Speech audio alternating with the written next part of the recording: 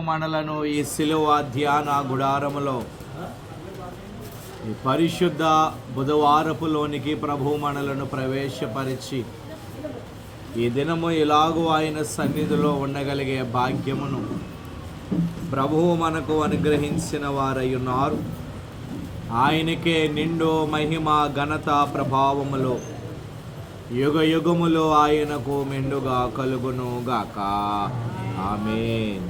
అలాగే ఈ రాత్రికాల సమయమందు ఆయన దైవ ధ్యానములో ఏకీభవించిన ఆయన విడలారా, ప్రభువు మిమ్ములను, మీ కుటుంబములను, మీ పరిపాటులను, మీరు చేయుచున్న సకల కార్యములను ఆయన బహుగా దీవించి ఆశీర్వదించునుగాక.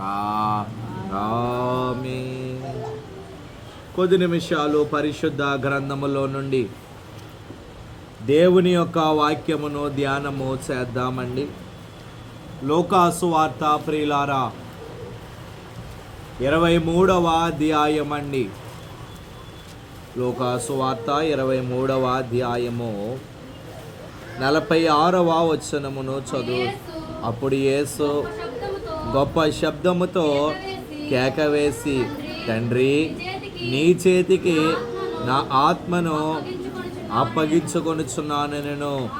ఆయన ఇలాగు చెప్పి ప్రాణము విడచెను. చాలండి. ప్రభు తన పరిశుద్ధమైన లేఖన భాగమును ఆయన మహిమార్థమై మన వినికిడిలో ఫలింపచేయునుగాక. ఆమేన్. ప్రభువునందు ప్రియమైన దేవుని విశ్వాసులారా, యేసుక్రీస్తు ప్రభువుల వారు శరీరధారిగా ఆయన ఈ లోకానికి వచ్చి తండ్రి ఏ పనినైతే ఆయనకు అప్పగించిన వారుగా ఉన్నారో ఆయన 33.5 సంవత్సరములు ఈ భూమి మీద నివాసము చేసి తండ్రి తనకు అప్పగించినటువంటి పనిని ఆయన సంపూర్తి చేసి మంచి శుక్రవారపు దినమున ఆయన సిలువ వేయబడిన వారుగా ఉన్నారు. ఉదయము 9 గంటలకు సిలువ వేయబడిన ఆయన మధ్యాహ్నము 3 గంటల వరకు ఆయన సిలువలో వ్రేలాడి 7 అమూల్యమైన మాటలు ఆయన ఈ ప్రపంచానికి అందించారు అని గతించిన 6 దినములుగా మనము ఒక్కొక్క మాటను మనము ధ్యానము చేసుకుంటూ వచ్చిన వారముగా ఉన్నాము. మొదటి మాటగా ఆయన, తండ్రి, వీరేమి చేయుచున్నారు, వీరు ఎరుగరు గనుక వీరిని క్షమించుము అని ఆయన అన్నారు. రెండవదిగా, నేడు నీవు నాతో కూడా పరదైస్సులో ఉందువు అని ఆయన అన్నారు. మూడవదిగా, తల్లిని చూచి, అమ్మా, ఇదిగో నీ కుమారుడు అని తల్లికి తన యొక్క బాధ్యతను ఆయన నెరవేర్చారు. నాలుగవదిగా, నా దేవా, నా దేవా, నన్నెందుకు చెయ్యి విడిచితివి అని తండ్రిని ఆయన వేదనతో ఆయన మాట్లాడారు. ఐదవదిగా, నేను దప్పిగొనుచున్నాను అని ఆయన అన్నారు. ఆరవదిగా, నిన్నటి దినము మనము ధ్యానము చేస్తాము, సమాప్తమైనది అని ఒక విజయవంతమైనటువంటి మాటను ఆయన నిన్నటి దినమందు ఆ మాట్లాడిన మాటను మనము ధ్యానము చేస్తాము. ఈ దినము 7వ మాటగా, ఇంకా సిలువలో ఆయన ప్రాణము అప్పగించే ముందు ప్రభువుకు తన ప్రాణమును ఆయన విడిచే ముందు 7వ మాటగా ఆయన మాట్లాడినటువంటి మాట ఏమిటి అంటే, తండ్రి, నీ చేతికి నా ఆత్మను అప్పగించుచున్నాను అని ఆయన అన్నారు. ఎవరి దగ్గర నుంచి అయితే ఆయన వచ్చి ఉన్నారో, ఏ తండ్రి యొద్ద నుండి అయితే, ఏ పరలోకపు తండ్రి దగ్గర నుండి అయితే ఆయన ఈ భూలోకానికి వచ్చి ఉన్నారో, ఆ తండ్రికే మరలా ఈయన కుమారుడు ఆయన ఆత్మను తండ్రికి అప్పగించుకుంటూ ఉన్నటువంటి వారై ఉన్నారు.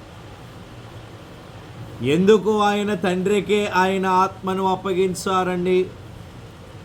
సాధారణముగా ఏ మానవుడైనా చనిపోతే ఆత్మ అయితే గాలిలో కలుస్తుంది, లేదా పరదైసుకు, అతను మంచివాడైతే పరదైసుకు వెళుతుంది. అతడు చేసిన కార్యములు చెడ్డవిగా ఉంటే పాతాళానికి అతని ఆత్మ వెళ్ళిపోతుంది.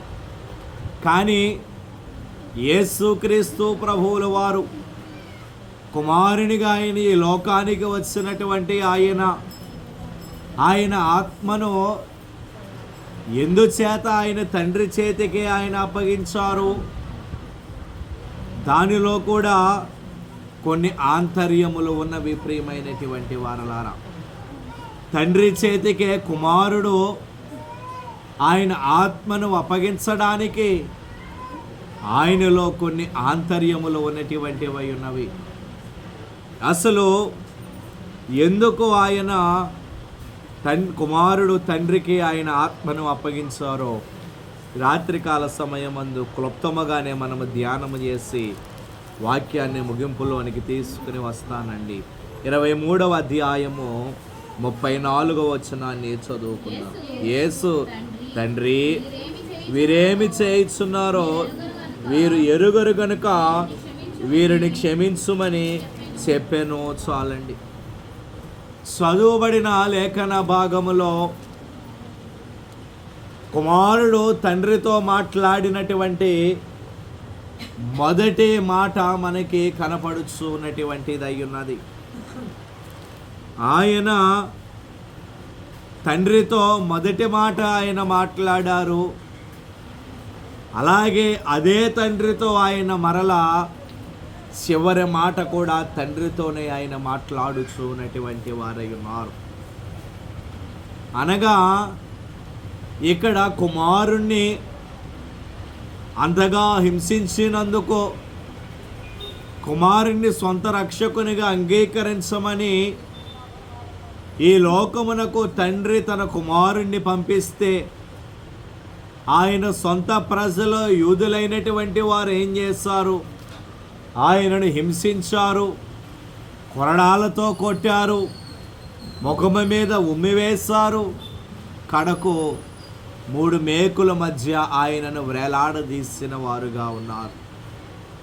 ఇవన్నీ చూసినటువంటి తండ్రి యూదుల పట్ల, ఆయన ప్రజల పట్ల ఎంతో ఉద్రేకముతో, కోపముతో ఆయన ఉన్నారు గనుక ఆయన ఒక ఉగ్రత ప్రజల మీదకి వచ్చినట్లయితే ఆ ఉగ్రతను వారు తట్టుకొనలేరు గనుక ఆయన తండ్రిని వేడుకుంటూ ఉన్నారు. తండ్రి, వీరేమి చేయుచున్నారు, వీరు ఎరుగరు గనుక వీరిని క్షమించుము అని ఆయన మాట్లాడారు.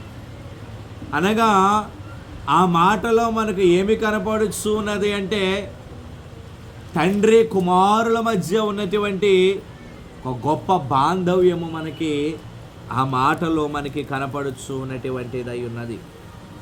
అందుకనే ఆయన తన ఆత్మను నేరుగా తండ్రికి ఆయన అప్పగించారండి.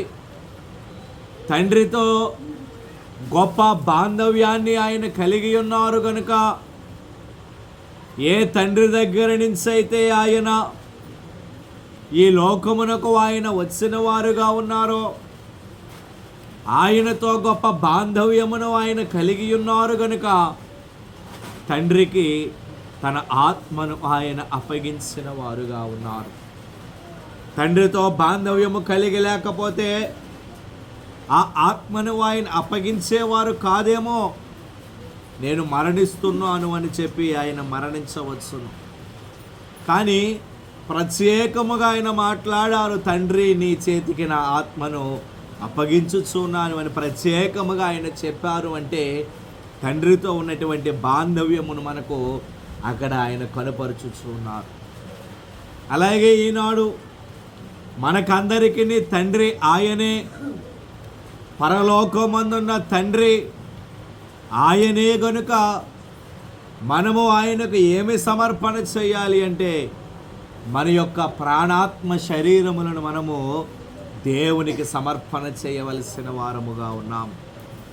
ఆనాడు తండ్రితో ఆయన బాంధవ్యాన్ని కలిగి ఎలాగునైతే తన ఆత్మను ఆయన తండ్రికి ఆయన అప్పగించారో, అలాగే ఈనాడు మనమును కూడా తండ్రితో గొప్ప బాంధవ్యాన్ని, కుమారత్వమును మనము కలిగి ఉన్నాము గనుక, ఆయన కుమారుల వలె కుమార్తెల వలె మనము పిలువబడుచున్నాము గనుక, ఆయన చేతికి మన ప్రాణాత్మ శరీరములను మనము సమర్పించాలి.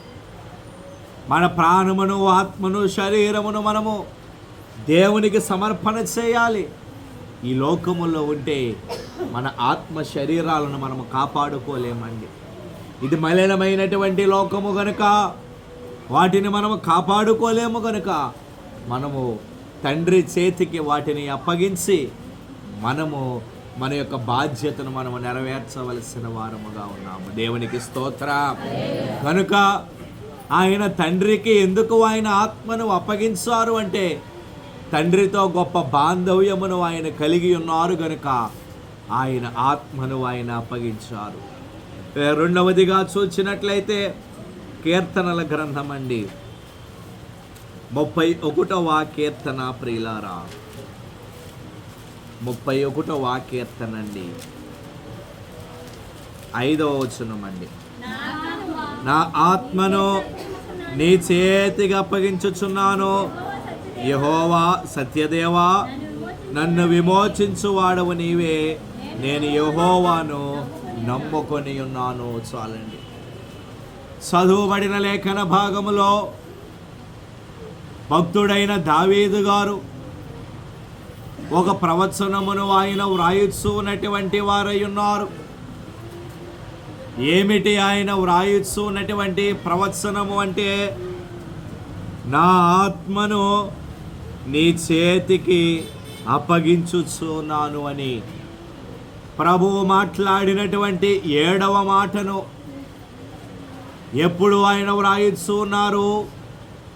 యేసు క్రీస్తు ప్రభువుల వారి కంటే 2000 సంవత్సరములకు పూర్వము ఆయన ఆ మాటను ఆయన ప్రవచించుచు ఉన్నటువంటి వారై ఉన్నారు. మొన్న మీకు చెప్పాను, ఆదాము నుండి దావీదు వరకు 2000 సంవత్సరములండి. దావీదు నుండి యేసు క్రీస్తు ప్రభువుల వారి వరకు 2000 సంవత్సరములో, యేసు క్రీస్తు ప్రభువుల వారి నుండి ఇప్పటి వరకు 2000 సంవత్సరములు పూర్తయ్యాయి.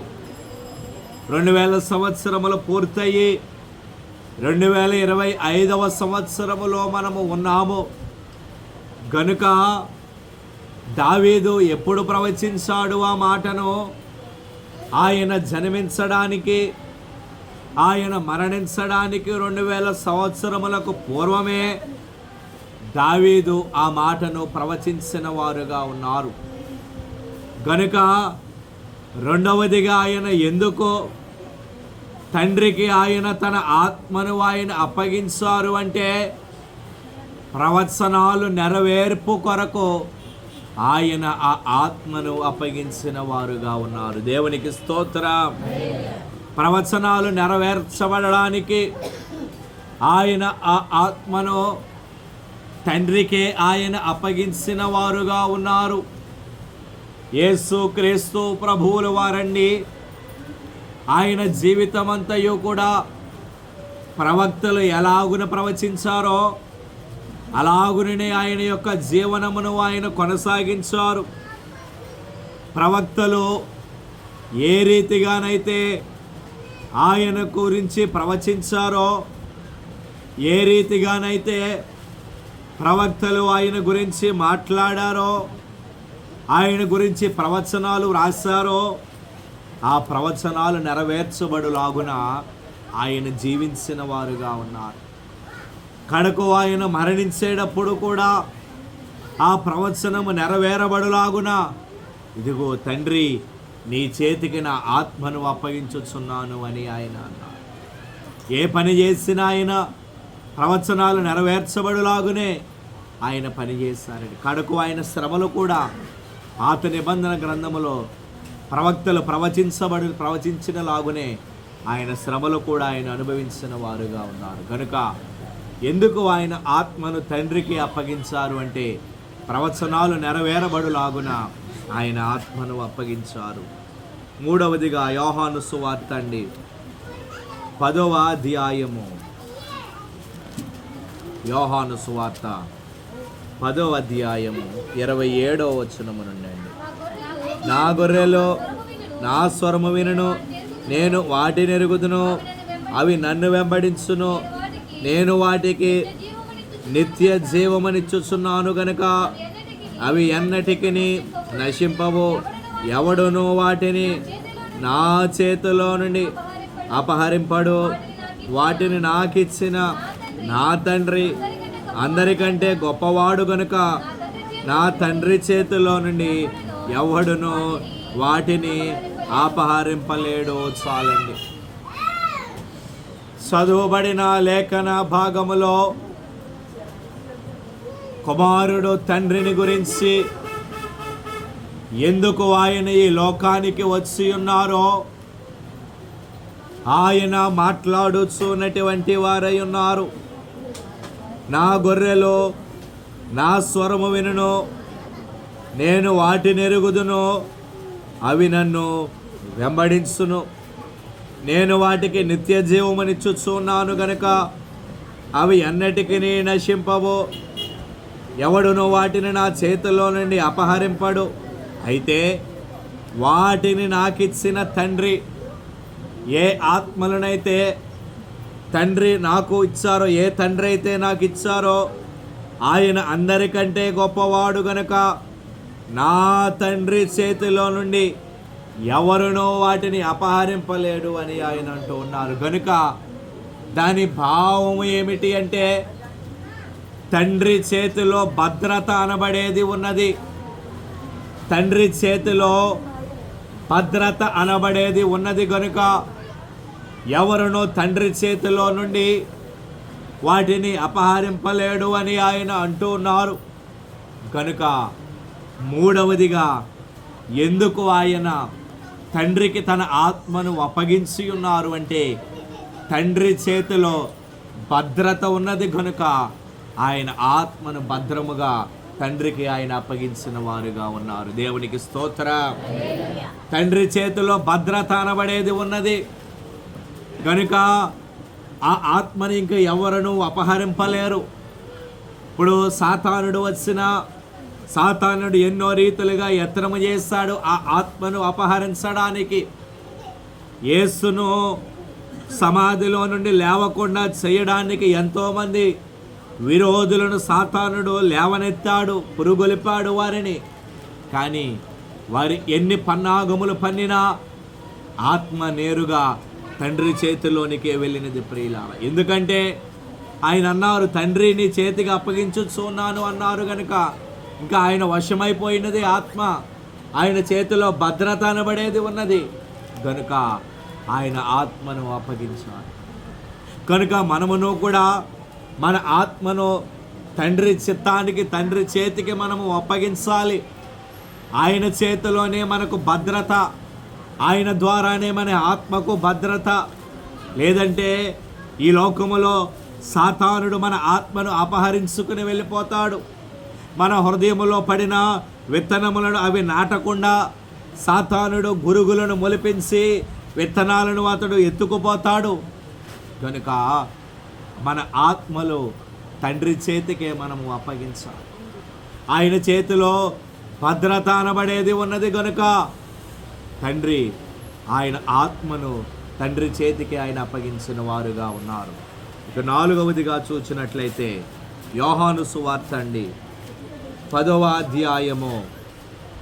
యోహాను సువార్త 10వ అధ్యాయము 17వ వచనం అండి. నేను దాన్ని మరలా తీసుకున్నట్లు నా ప్రాణము పెట్టుచున్నాను, ఇందువలననే నా తండ్రి నన్ను ప్రేమించుచున్నాడు, ఎవడునో నా ప్రాణము తీసుకొనడు. నా అంతట నేనే దాన్ని పెట్టుచున్నాను, దాన్ని పెట్టుటకు నాకు అధికారము కలదు, దాన్ని తిరిగి తీసుకొనుటకును నాకు అధికారము కలదు, నా తండ్రి వలన ఈ ఆజ్ఞ పొందితిన నేను చాలండి. ఇక 4వదిగా కుమారుడు మాట్లాడుచున్నటువంటి మాట ఏమిటి అంటే, నా అంతటా నేనే దానిని పెట్టుచూ ఉన్నాను, నా ఆత్మను నేను పెట్టుచూ ఉన్నాను, దానిని పెట్టుటకు నాకు అధికారము కలదు, నా ఆత్మను తిరిగి తీసుకొనుటకు నాకు అధికారము కలదు అని ఆయన అంటున్నారు. కనుక 4వదిగా ఆయన ఎందుకు తండ్రి చేతికి కుమారుడు ఆయన ఆత్మను అప్పగించారు అంటే, అప్పగించిన ఆత్మను మరలా ఆయన తిరిగి తీసుకోవడానికి తండ్రి చేతికి ఆయన ఆత్మను అప్పగించిన వారై ఉన్నారు. దేవునికి స్తోత్రం. అప్పగించిన ఆత్మను మరలా ఆయన తిరిగి తీసుకోవడానికే ఆ ఆత్మను ఆయన అప్పగించిన వారుగా ఉన్నారు. ఇప్పుడు ఒకవేళ ఆయన ఆ ఆత్మను తండ్రికి అప్పగించకపోతే మరలా 3వ దినమున ఆయన పునరుత్థానమందు ఆయన తిరిగి లేచినప్పుడు ఆయన ఆత్మ ఆయన దగ్గరకు రావాలి కదండి. ఆయన పునరుత్థానమందు తిరిగి లేచినప్పుడు ఆయన ఆత్మను మరలా ఆయన తిరిగి తీసుకోవడానికే ఆ దినమందు ఆయన తండ్రి చేతికి ఆయన ఆత్మను అప్పగించారు. కనుక అప్పగించిన దానిని తిరిగి తీసుకోవడానికి ఆయన ఆత్మను అప్పగించారండి. ఈనాడు మనమును కూడా తండ్రికి మనము అప్పగించినప్పుడు ఏదైతే మనము తండ్రికి ఇస్తామో దానికి మరలా 2 ఆశీర్వాదము తండ్రి మనకి ఇవ్వబోతూ ఉన్నారు. దేనినైతే మనము ఆయనకు అప్పగిస్తూ ఉన్నామో దానిని మరలా తిరిగి ఆయన మనకి ఇచ్చేటప్పుడు 2 దీవెనగా ఆయన మనకు అనుగ్రహించబోతూ ఉన్నారు. ఇక 5వదిగా చూసినట్లయితే పేతురు రాసిన మొదటి పత్రిక అండి, 4వ అధ్యాయము 19వ వచనం అండి. పేతురు రాసిన మొదటి పత్రిక, కాబట్టి దేవుని చిత్త ప్రకారము బాధపడువారు ఒకరి సత్ప్రవర్తన గలవారై నమ్మకమైన సృష్టికర్తకు తమ ఆత్మలను అప్పగించుకొనవలెను. చాలండి. చదువుబడిన లేఖన భాగములో పేతురు గారు ఆయన అంటూ ఉన్నటువంటి మాట ఏమిటి అంటే, దేవుని చిత్త ప్రకారము బాధపడువారు సత్ప్రవర్తన గలవారై నమ్మకమైన సృష్టికర్తకు తమ ఆత్మలను అప్పగించుకొనవలెను.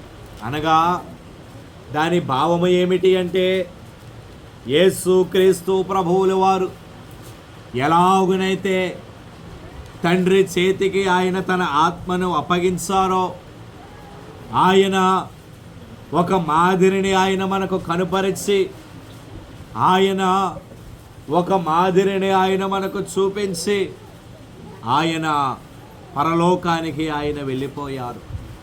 అలాగే ఈనాడు మనమును కూడా అటువంటి మాదిరిని మనము కలిగిన వారమై మనమును కూడా తండ్రి చేతికి మన ఆత్మలను అప్పగించాలి అని ప్రభువు అంటూ ఉన్నారు. గనుక 5వదిగా ఎందుకు ఆయన తండ్రి చేతికి ఆయన తన ఆత్మను అప్పగించారు అంటే, విశ్వాసులమైన మనకు మాదిరిని కనపరచడానికి ఆయన తండ్రి చేతికి ఆత్మను అప్పగించిన వారై ఉన్నారు. దేవునికి స్తోత్రం.